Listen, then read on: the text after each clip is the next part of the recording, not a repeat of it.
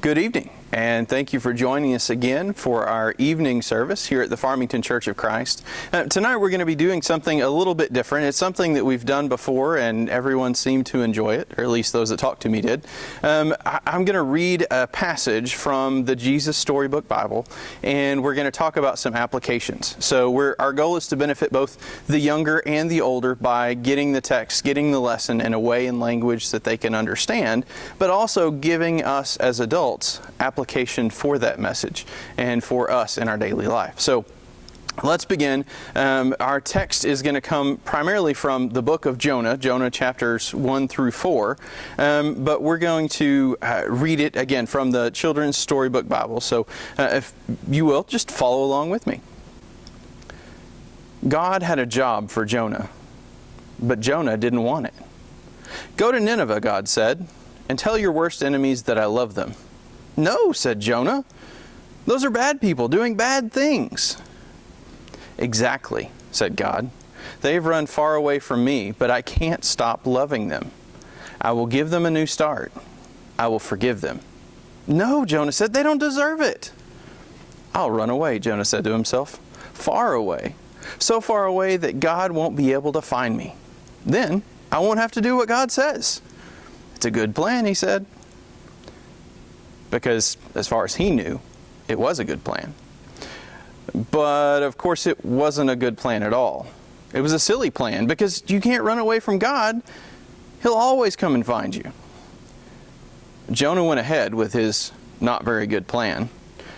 "One ticket to not Nineveh," he said, and boarded a boat sailing in the very opposite direction of Nineveh. Well, it wasn't long before a fierce wind blew, and the boat started to lurch and pitch and roll, and everyone started turning green. Jonah sat bolt upright in his bed. You see, the first thing that went wrong with Jonah's not so very good plan was that God sent a big storm after him. The sailors couldn't sail their ship properly. "We're sinking," they screamed, and started throwing everything overboard, suitcases, food, whatever they could find. By now, Jonah knew that the storm was all his fault. "Throw me in instead," he shouted to the sailors, "and the storm will stop." The sailors weren't sure. "It's the only way you can be saved," cried Jonah. And so, 1, 2, 3, splash! No sooner had Jonah hit the water than the waves grew calm, the wind died down, and the storm stopped. But then, when Jonah thought it was all over, when he was sure he was going to drown, God sent a big fish to rescue him. The fish swallowed Jonah whole with one big gulp. Jonah must have thought that he'd died. It was so dark in there, like a tomb. But then he smelled rotting food and felt the slimy seaweed, and he knew he wasn't dead. He was in the belly of the fish. Sitting there in the darkness for 3 whole days, Jonah had plenty of time to think. Pretty soon he realized his plan was, well, a very silly plan indeed. He was sorry for running away. He prayed to God from inside the great fish and asked God to forgive him. After 3 days, the fish spat Jonah safely out onto a sandy beach. Just then, Jonah heard someone calling his name. "Go to Nineveh," God said. And this time, Jonah said yes. He went straight to Nineveh and told everyone God's powerful message. "Even if you've run far from God, He can't stop loving you," Jonah told him.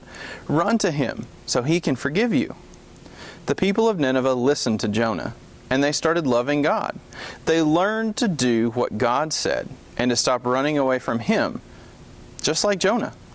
Many years later, God was going to send another messenger with the same wonderful message. Like Jonah, he would spend 3 days in utter darkness, but this messenger would be God's own Son. He would be called the Word because He Himself would be God's message. God's message translated into our very own language. Everything God wanted to say to the whole world in a person. We've all heard the story of Jonah and the big fish.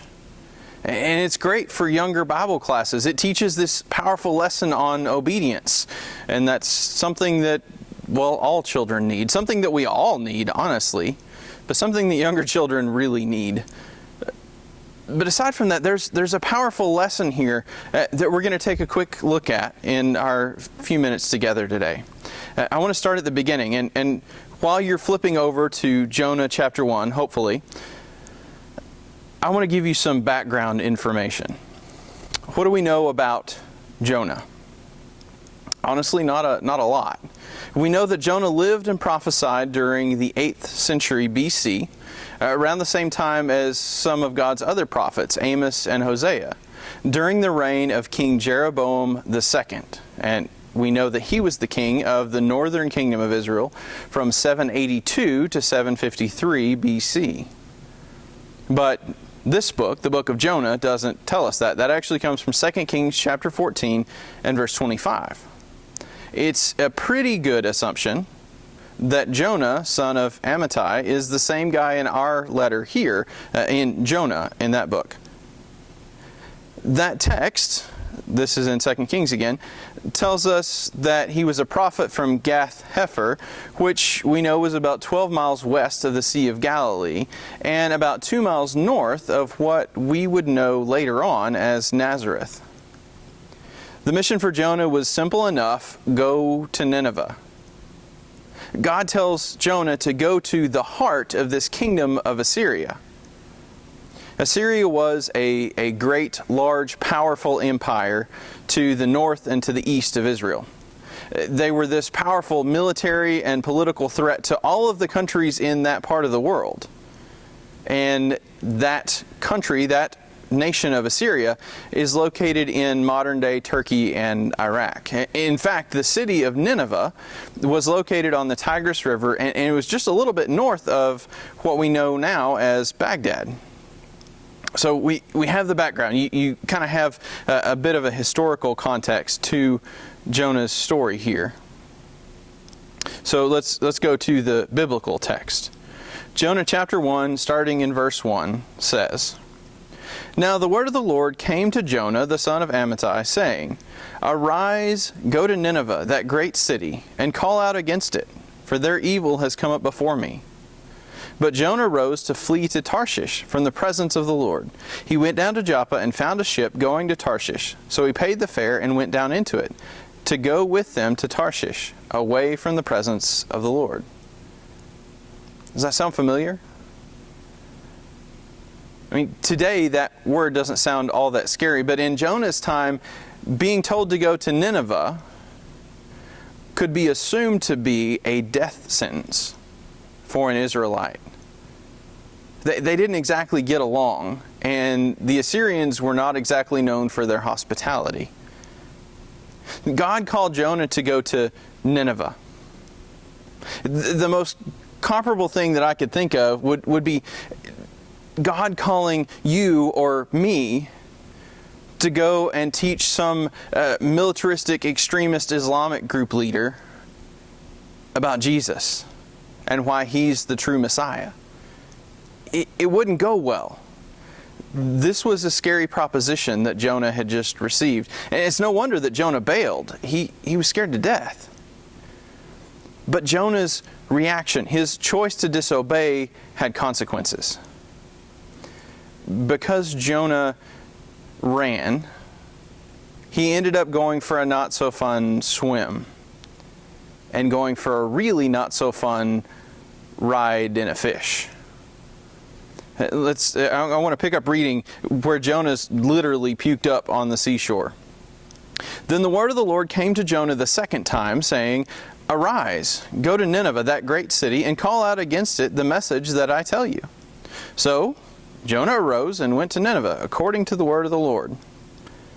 Now Nineveh was an exceedingly great city, 3 days' journey in breadth. Jonah began to go into the city, going a day's journey. And he called out, Yet 40 days, and Nineveh shall be overthrown. And the people of Nineveh believed God. They called for a fast and put on sackcloth, from the greatest of them to the least of them."